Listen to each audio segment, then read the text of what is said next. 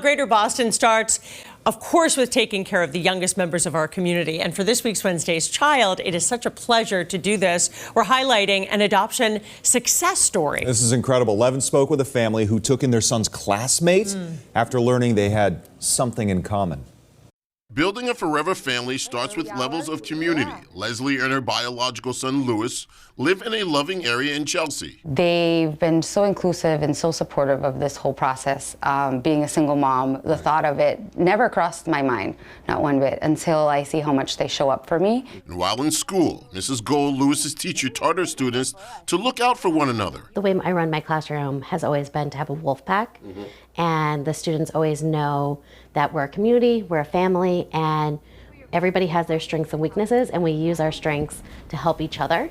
So while in the 3rd grade, Louis noticed something was different with Josiah. So basically, Josiah told me about a little bit of his story, and he didn't feel comfortable about telling me like a little bit, like a lot. He only just told me a little bit, and then I told my mom about it. Turns out the boys had something in common. They both have experience having an incarcerated parent. Leslie saw Louis was trying to help. Because as you go through those things and you navigate through dark times, all you can think about when someone else is going through those times is how they felt, how you felt during those times. The bond the boys shared grew them closer together, and Josiah started to open up. It feels nice because, you know, you can rely on someone that won't tell anyone about secrets or anything, and it was just a nice journey, you could say. And as Leslie started to include Josiah in her and Louis's life, the thought of the whole family becoming one became a real idea, but there was a slight curveball. I remember he called me one day and he said, I have the choice to either join your family or a different family. And he decided to pick my family.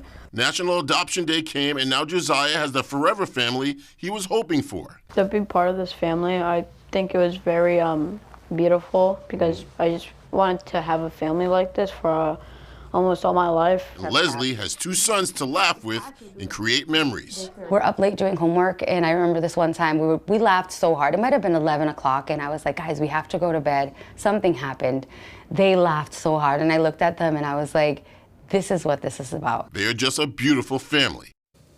Oh my God. You know, Leslie talked about National Adoption Day, and it's held on the Saturday before Thanksgiving, and she said to be in that room and see all the kids and the families and all the joy was so much. And that she, Josiah, Louis, and Taylor were also a part of that. It was such a huge thing.